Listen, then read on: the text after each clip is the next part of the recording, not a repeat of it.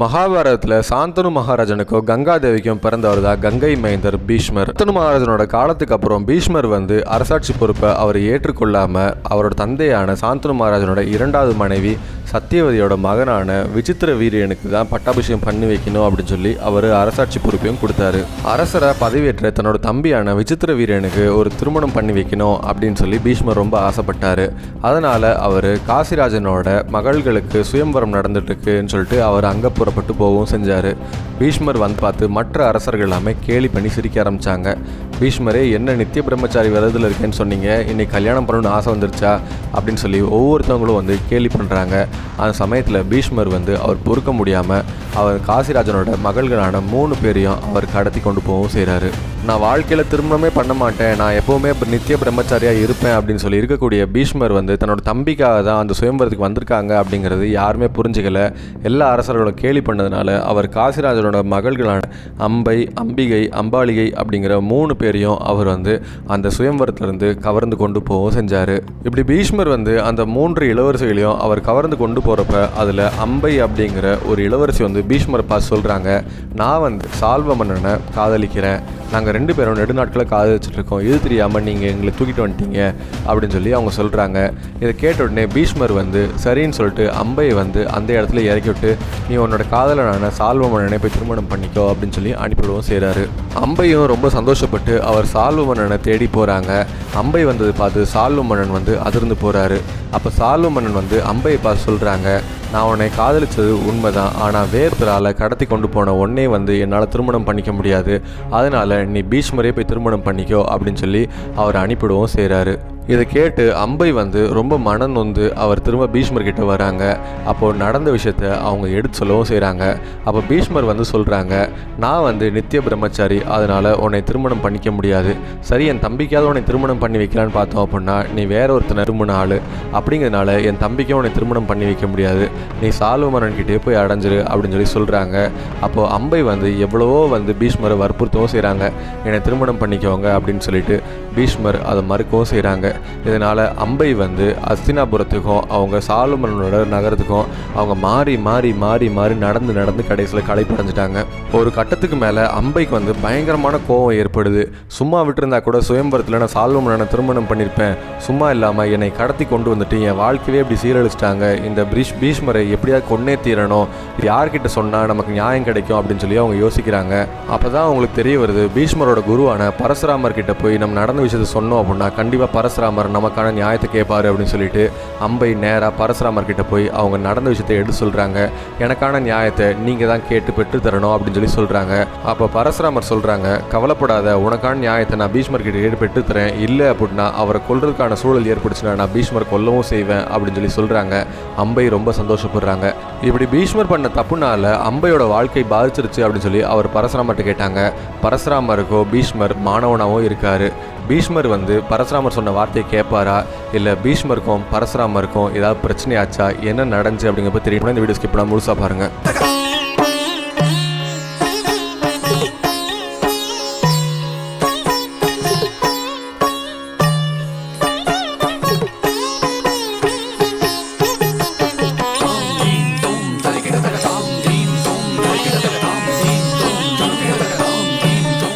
பீஷ்மரால் சுயம்பரத்திலிருந்து கடத்தி கொண்டு வரப்பட்ட அம்பை ரொம்ப மனம் உடைந்து அவங்க பீஷ்மரோட குருவான பரசுராமர் கிட்ட போய் அவங்க ஒரு வேண்டுகோள் வைக்கிறாங்க. என் வாழ்க்கையை இந்த பீஷ்மர் ஒரு கேள்விக்குறியாக்கிட்டாரு. பீஷ்மர் உங்களோட மாணவன் அப்படின்னு சொல்லி நான் கேள்விப்பட்டேன், குரு சொன்னால் கண்டிப்பாக பீஷ்மர் கேட்பாரு, அப்படிங்கிறதுனால நீங்கள் பீஷ்மர்கிட்ட போய் என்னை திருமணம் பண்ணிக்குமாறு கேளுங்க, அப்படி அவர் மறுக்கும் பட்சத்தில் அவரை நீங்கள் கொன்றுடணும் அப்படின்னு சொல்லி அவங்க கேட்குறாங்க. அம்பையோட நிலைமையை புரிஞ்சுக்கிட்ட பரசுராமரும் சரி நான் உனக்காக பீஷ்மர்கிட்ட பேசுகிறேன் அப்படின்னு சொல்லிட்டு அவர் பீஷ்மர்கிட்ட போய் அவர் பேசவும் செய்கிறாரு. பரசுராமர் பீஷ்மர் பார்த்து சொல்கிறாங்க, அம்பை ரொம்ப பாவம், அவன் மனம் நொந்து போய் இருக்கா, கண்டிப்பாக நீ தான் அவளை திருமணம் பண்ணிக்கணும், அவளுக்கு வாழ்க்கையை கொடுக்கணும் அப்படின்னு சொல்லி பரசுராமர் பீஷ்மர் பார்த்து சொல்கிறாங்க. பீஷ்மர் சொல்கிறாங்க, குருநாதா உங்களுக்கு தெரியாத எதுவுமே கிடையாது, நான் நித்திய பிரம்மச்சாரி விரதத்தில் இருக்கேன், அப்படிங்கிறப்போ நான் கண்டிப்பாக யாரையும் திருமணம் பண்ணிக்க முடியாது அப்படின்னு சொல்லி சொல்கிறாங்க. பரசுராமர் எவ்வளவோ எடுத்து சொல்கிறாங்க, உன்னால் ஒரு பெண்ணோட வாழ்க்கை அப்படிங்கிறது கேள்விக்குறியாக இருக்குது, அது மிகப்பெரிய பாவம், ஒரு பெண்ணோட வாழ்க்கையை அழிக்கிறது கழிக்க முடியாத ஒரு பாவம். அப்படிங்கிறதுனால நீ வந்து உன்னோட விரதத்தை கைவிட்டு நீ அம்பை திருமணம் பண்ணிக்கோ அப்படின்னு சொல்லி சொல்கிறாங்க. இது பீஷ்மர் வந்து பரசுராமரோட வார்த்தையை மறுக்கவும் செய்கிறாங்க. இப்படியே 2 பேரும் பேச பேச பேச பேச அவங்களுக்கு 2 பேருக்குள்ளேயும் கோபம் அப்படிங்கிறது மூண்ட ஆரம்பிச்சிருச்சு. அப்போது பரசுராமர் வந்து பீஷ்மரை நான் கொன்னே தீர்வேன் அப்படின்னு சொல்லிட்டு அவர் போருக்கு அறிவிக்கவும் செய்கிறாரு. பீஷ்மருக்கும் பரசுராமருக்கும் இடையில் ஒரு கடுமையான போர் அப்படிங்கிறது ஆரம்பமாக ஆரம்பிச்சது. பீஷ்மரோ வந்து மிகப்பெரிய வீரன். அப்படிங்கிறப்போ போர்க்களத்தில் அவர் ரொம்ப தைரியமாக அவர் சண்டை போட ஆரம்பித்தார். பரசுராமரோ தோல்வியே காணாத ஒரு மிகப்பெரிய போர் முனிவராக இருக்கார். அப்படிங்கிறப்போ அவர் பீஷ்மர்கிட்ட கண்டிப்பாக தோல்வியை காக்கவே மாட்டார். இந்த போர் வந்து ஒரு முடியாத போராக நடந்துக்கிட்டே இருந்துச்சு. இதை பார்த்த மக்களும் சரி தேவர்களும் சரி ரொம்ப யோசித்தாங்க. இந்த போர் வந்து இப்படியே போயிட்டு இருந்துச்சு அப்படின்னா மிகப்பெரிய பேரழிவு ஏற்படும் போல். அப்படிங்கிறதுனால இந்த போரை வந்து நம்ம நிறுத்தணும் அப்படின்னு சொல்லி அவங்க முடிவு பண்ணாங்க. அப்போ மக்கள் எல்லாமே சேர்ந்து பரசுராமர்கிட்ட போய் சொல்கிறாங்க, குருநாதா, நீங்கள் வந்து பிராமண தர்மத்தை பின்பற்றி நீங்கள் போர் தொழிலை விட்டுறணும். அது மட்டும் இல்லாமல் நீங்கள் அந்தன தர்மத்தை மட்டுமே பார்த்து எல்லாருக்கும் வந்து உபதேசங்களும் கல்வியை மட்டுமே தான் நீங்கள் கற்றுக் கொடுக்கணும். அதை தான் நாங்கள் விரும்புகிறோம். இப்படி நீங்களே போர் பண்ணீங்க அப்படின்னா எப்படி மற்றவங்களுக்கு நீங்கள் எடுத்துக்காட்டாக இருப்பீங்க? அதனால் நீங்கள் போரை வந்து கைவிட்டுருங்க அப்படின்னு சொல்லி அவங்க எவ்வளவோ வேண்டி கேட்குறாங்க. பரசுராமர்கிட்ட கேட்ட மாதிரியே மக்கள் எல்லாமே பீஷ்மர்கிட்டையும் போய் சொல்கிறாங்க, நீங்கள் வந்து உங்கள் குருநாதரான பரசுராமர்கிட்ட போர் பண்ணுறது நியாயமா? ஒரு குருவுக்கு வந்து ஒரு மாணவன் மரியாதை மட்டும்தான் செலுத்தணுமே தவிர இப்படி போரில் எதிர்த்து நின்று போர் பண்ணி அவங்களை அவமதிக்கக்கூடாது. அதனால் நீங்கள் போர் வந்து கைவிட்டுறணும் அப்படின்னு சொல்லி கேட்குறாங்க. இப்படி மக்கள் கேட்டதை பார்த்த பீஷ்மர் வந்து ஆமாம், நம்ம குருநாதர் எதிர்த்து போர் பண்ணக்கூடாது அப்படின்னு சொல்லி அவர் யோசிக்கிறாரு. அப்போ தான் வந்து அவருக்கு ஞாபகம் வருது, அவர் பரசுராமரை எதிர்த்து பிரஸ்வாப அஸ்திரம் அப்படிங்கிற ஒரு அஸ்திரத்தை பிரயோகம் படுத்தியிருக்காரு. அஸ்திரம் வானத்தில் நின்றுட்டுருக்கு. அந்த சமயத்தில் பீஷ்மர் வந்து அந்த அஸ்திரம் திரும்ப என்கிட்டே வரும்படி அவர் வந்து வேண்டவும் செய்கிறாரு. அந்த அஸ்திரம் பீஷ்மர்கிட்ட வருது. இந்த அஸ்திரம் வந்து பீஷ்மருக்கு எப்படி வந்துச்சு அப்படின்னு சொல்லி பார்த்தோம் அப்படின்னா, முன்னொரு சமயம் அஷ்டவசுக்கள் வந்து முனிவரோட சாபத்தினால கங்கைக்கு மகனாக பிறக்க செஞ்சாங்க. அதில் 8வது வசு தான் வந்து பீஷ்மர். அதனால் இந்த வசூல் எல்லாமே வந்து பீஷ்மருக்கு உதவியாக இருக்கட்டும் அப்படின்னு சொல்லிட்டு இந்த பிரஸ்வாப அஸ்திரம் எப்படி பிரயோகிக்கிறது அப்படின்னு சொல்லி அவங்க கனவுல வந்து உபதேசம் பண்ணவும் செஞ்சாங்க. அதை தான் பீஷ்மர் கற்றுக்கொள்ளவும் செஞ்சுருக்காரு. வேறு வழி இல்லாமல் பீஷ்மரும் பரசுராமரும் போர் பண்ண சமயத்தில் பீஷ்மர் எப்படியாவது பரசுராமரை ஜெயிச்சே ஆகணும், ஏன்னா பரசுராமரை நம்மளால் சாதாரணமாக வெல்ல முடியாதுன்னு சொல்லிட்டு அவர் இந்த அஸ்திரத்தை பிரயோகம் பண்ணவும் செஞ்சுருக்காரு. தன்னோட குருவான பரசுராமரை கூட கொன்னே தீரணும் அப்படின்னு சொல்லி இந்த அஸ்திரத்தை பிரயோகம் பண்ண பீஷ்மர் வந்து எதுக்காக திரும்ப அந்த அஸ்திரத்தை பெற்றாரு அப்படின்னு சொல்லி பார்த்தோம்னா, பீஷ்மருக்கும் பரசுராமருக்கும் பயங்கரமாக போர் பண்ணிட்டு இருந்த சமயத்தில் இவர் பிரஸ்வாப அஸ்திரத்தை வந்து பிரயோகம் பண்ணியிருக்காரு. இதை பார்த்த நாரத முனிவர் வந்து அதிர்ந்து போகிறாரு. இந்த போரை இதோட நிறுத்தலை அப்படின்னா இது மிகப்பெரிய போராக போய் பெரிய பேரழிவு வந்துடும் அப்படின்னு சொல்லிட்டு அவர் நாரத முனிவர் வந்து பீஷ்மர்கிட்ட போய் அவர் வந்து விளக்கி சொல்கிறாரு. பரசுராமர் வந்து நீ சாதாரணமாக நினச்சிடாத, இந்த அஸ்திரம் வந்து அவரை கொல்ல முடியாது, இது அவரோட கோபத்தை மேலும் தூண்ட தான் செய்யும்.